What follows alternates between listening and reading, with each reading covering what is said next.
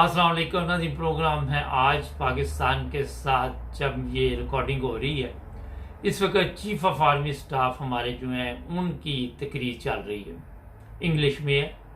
और वो मुझे ये समझ नहीं आ रही कि ये किन लोगों को बता रहे हैं कि कश्मीर के बारे में या अफ़गानिस्तान के बारे में।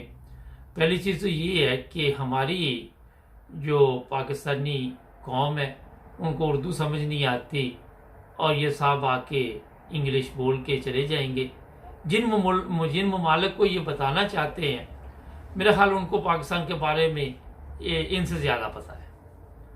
अगर ये हिंदुस्तान को सुना रहे हैं तो उनके पास चीफ ऑफ आर्मी स्टाफ से ज़्यादा इन्फॉर्मेशन होगी। अगर ये अफ़गानिस्तान को सुना रहे हैं तो उनके पास भी हमारी जो एजेंसियाँ हैं उनसे ज़्यादा इन्फॉर्मेशन होगी। अगर ये किसी और बड़ी ताकत को सुना रहे हैं, शायद हो सकता है, तो उसमें मेरा ख्याल है कि आप सबके इल्म में है कि शायद बड़ी ताकत को भी इनका सब कुछ पता ही है। रात परवेज़ लाई के घर के ऊपर हमला कर दिया गया। आपके इल्म में है कि ISPR ने कुछ दिन पहले कहा था कि हम घुस के मारेंगे, और फिर रात वो बख्तरबंद गाड़ी जो थी उसके ज़रिए गेट तोड़ दिया गया, शीशे तोड़ दिए गए। अच्छा, अब सवाल ये है यहाँ पे कि जनाब आपने परवेज़ लाई के घर पे हमला किया और जो वहाँ वज़ीर आला है आजकल, पता नहीं उसकी आईनी हैसियत क्या है, वो उम्रे पे गया हुआ है। पता नहीं इनके गुनाह भी इतने ज़्यादा हो जाते हैं कि उम्रे पे दौड़ लगा देते हैं, वहाँ से आके फिर वही झूठ बकवास शुरू हो जाती है। ये इतने जालिम लोग हैं, मुझे समझ नहीं आती कि इनको उम्रा करने की क्या ज़रूरत है। यहाँ तो कोई तब्दीली आनी हो। खैर जी, उसके ऊपर और नए मुकदमा, दहशत गर्दी, पता नहीं कौन कौन से मुकदमा, 50 लोगों के ऊपर FIR काट दी गई है। एक पुलिस वाला है, शायद पता नहीं वो बंदा, उससे पूछा गया, जब उसकी तस्वीर में कहता ये पीछे लगा देते हैं कि आपको किसने ऑर्डर किया, और वो बताने से कासर था और उसे बताया कि 2000 पुलिस वाले क्यों आए हैं। अब ये पुलिस वाला जो भी है, इसको कहाँ से हिदायत मिल रही थी, मैं बता देता हूँ आपको। ये आपको इस्लामाबाद से, पिंडी से हिदायत मिल रही थी, और ये वही बंदा है जो लोगों को नंगा करता है।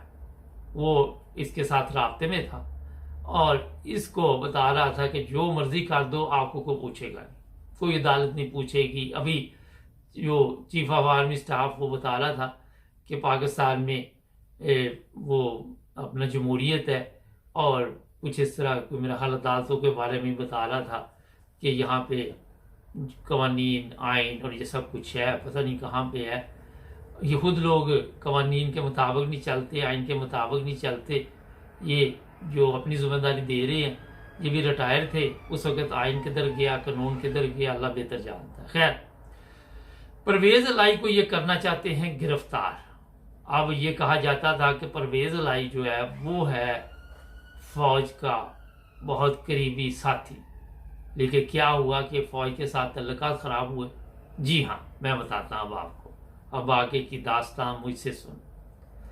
वह ये है कि परवेज़ लाई ने अपने बेटे के कहने पर आके इमरान खान के साथ जो मिलकर काम किए, जिस तरह असम्बलियाँ तोड़ी और फिर उसे प्रेसिडेंट बना दिया तरीके इंसाफ का। अब फौज जो थी उसको इस चीज़ का भी गुस्सा था, और ये वो आपको बता नहीं रहे थे, मगर किसी ऐसे वक़्त की तलाश में थे कि वक़्त ऐसा हो कि हम इसके ऊपर हमला करें, इसे गिरफ्तार करके इसे भी ज़लील ख्वार करें। हो सकता फौज का ये भी प्रोग्राम हो। जो पिंडी से कॉल आ रही थी, वो ही बंदा जो इमरान खान को मारने के लिए वहाँ पहुँचा हुआ था, जनरल फैसल, वो शायद इसके भी कपड़े उतार के वीडियो बनानी चाहता हो और फिर इसको ज़लील ख्वार करना चाहता हो। आपके इल्म में है कि हमारी फौज जो है वो सारा दिन आपको ये तो बताती है आके कि हमारा सियासत से तल्लुक नहीं है, मगर सियासतदानों को पकड़ने में उनका तल्लुक होता है। कैसा ज़बरदस्त, सियासत से तल्लुक नहीं है लेकिन सियासतदान को जिसको पकड़ना है वो हमारे चीफ ऑफ आर्मी स्टाफ जो है वो हुक्म जारी करते हैं। अभी मेरी बात हो रही थी पाकिस्तान में कोई अच्छा काम करना शुरू कर दे। परवेज इलाही भी कोई अच्छा काम नहीं कर रहा था, वैसे मैं एक बात कर रहा हूँ, तो उसके गद्दारी का लकब दे के या मार दिया जाता है या गिरफ्तार कर लिया या वो मुल्क ही छोड़ जाता, कोई ठीक काम करना शुरू कर दे, बड़े बड़े नाम आपके सामने आएंगे। असल में ये चाहते हैं इस वक्त, जो मैं आपको बिल्कुल खुल के बता देता हूं कि जैसे ही कोई बातचीत का रास्ता खुलता है, बस तो ये बातचीत भी एक ड्रामा थी।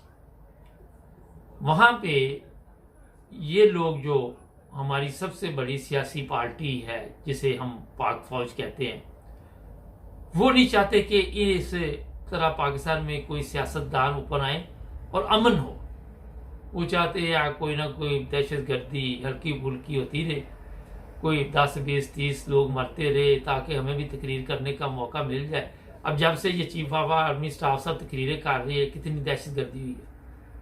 तकरीर में तो ये होता है कि हम वहां पे जाएंगे जहां आप सोच भी नहीं सकते, हम घुस के मारेंगे, बाद में घुस के वो मार जाते हैं और चुप हो। ये इसलिए मैंने आपको बताया कि जो वो कहते हैं पकोड़े थूक में पकोड़े, वो वाला साहब चल रहा है कि कोई इनकी बातों में जान नहीं है। इंटरनेशनल लेवल पे जिन लोगों की इज्जत एहतराम ना हो, अब अपनी कौम में भी इज्जत एहतराम नहीं है, और सिवाय इनके पकड़ दकड़ की और कोई चीज़ नहीं इनके पास, कोई ऐसी चीज़ नहीं है। आज इंडिया इन पे हमला खुदा न खासा कर दे, मेरा ख्याल इतने हमारे अंदर के मसाइल है कि आपको पता चल जाएगा। वजह यही है कि जब आपके घर में इत्तेफाक ना हो, आप के घर में जब फितना फसाद चल रहा हो, तो दूसरा कोई भी घर हो या कोई मुल्क हो उसे मौका मिल जाता है। उसको पता चल जाता है कि हलवा खाने वाले आए हुए हैं, अब जब मेरी मर्जी इनको पकड़ लो। तो ये वाकई ये सब हलवा खाने वाले हैं। आप एक बंदा भी बता दीजिए, पिछले 2 दिन पहले वो लिया वोट, क्या नाम है, अदम इतमाद का, वहां पहले हलवा पेश किया गया, बिरयानी, टिक्के, कबाब, वो एक हरामखोर वो राजा रियाज कहता था हमें पहचानते नहीं, जब उसके अंदर हराम की खुराक गई फिर उसका हराम का खून जो है वो नहीं खोला उसने, फिर अदम इतमाद का वोट दिया। पहले ये हड्डी डालते हैं मुंह में, और हड्डी भी अवाम के पैसों की होती है, ये नहीं कि हलाल के पैसों की होती है। अवाम ने दिए होते हैं टैक्स कि हमारे ऊपर खर्च करो। इनकी नज़र में हमारे यही है, जो इनके पार्लियामेंट में बैठे हुए, बाहर जो लोग बैठे हुए वो इनके नहीं है, उनसे इनका कोई तलक लेन देन नहीं। आप अंदाजा लगाएं कि ये जो कुछ आजकल कर रहे हैं, मेरा ख्याल है कि बहुत ज़्यादा हो गया है। मैं कोई परवेज इलाही के हक में नहीं हूँ, काम उसके भी आप सबके इलम में कोई इतने अच्छे नहीं है, रेपुटेशन उसकी भी कोई ख़ास बेहतर नहीं है।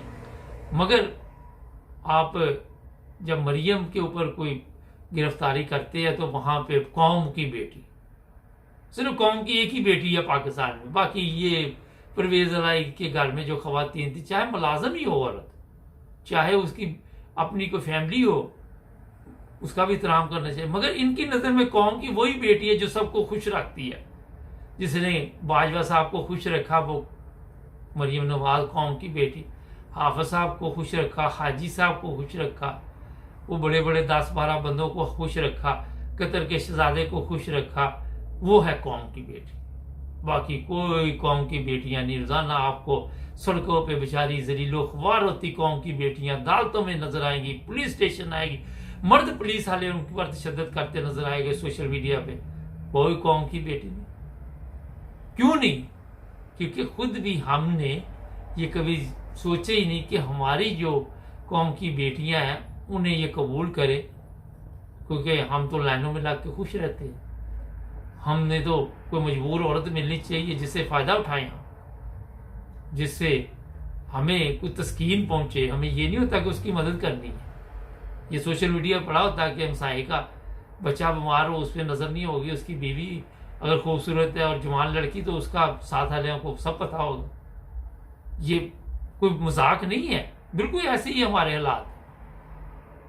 कौम भी ऐसे की है, कौम को भी कोई फर्क नहीं पड़ता कि किसके घर छापा पड़ा, किसके घर क्या हो। इमरान खान धमकियां तो दे रहा रोजाना, मैं ये करूंगा वो करूंगा, कब करेगा? अल्लाह ही बेहतर जानता। कौम इस काबिल है कि वो कुछ करने का सोच रही है? आपके इल्म में है, कभी किसी को ये गिरफ्तार करके तशद्दुद करते हैं, कभी किसी को करते हैं, कभी किसी को करते हैं, मुकदमात पे मुकदमात बना रहे। होता ये है कि जब आपके हाथ से सब कुछ निकल गया हो तो फिर आपके पास यही हरबा होता है कि यार किसी तरह मुल्क के हालात खराब करें। हमारी पाक फौज भी नहीं चाहती कि पाकिस्तान अमन की तरफ जाए। अगर पाक फौज चाहती होती तो 75 साल से पाकिस्तान अमन की तरफ जाता। वो हमारे मुकद्दर में दहशतगर्दी लिखी हुई सारी। हमारे पास ही दुनिया की कहते जी बेहतरीन फौज है, हमारी मुल्क में दहशतगर्दी होती। कैसा मजाक।